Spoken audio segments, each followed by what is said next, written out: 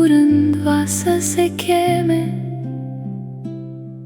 în fața hotărârilor supreme, căci toate câte sunt au o măsură.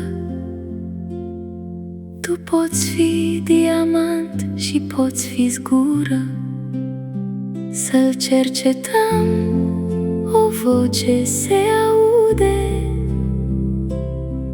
sub haina aparenței ce se ascunde. Se dă răspuns să plece, e pătat, sau alt răspuns să vină, e curat.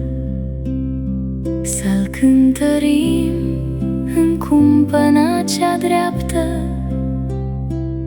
să-i punem orice gând și orice faptă. E prea ușor, e pleavă, deci zvârliți-l, sau este bun, e plin de rod, primiți-l.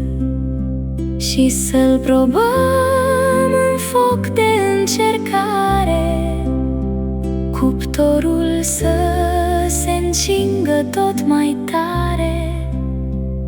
E lut, priviți-l, cum se prăbușește.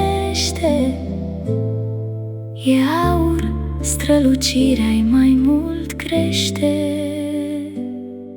Numele tău curând va să se cheme în fața hotărârilor supreme, în fața judecăților cerești. E vremea să te întrebi și tu ce ești,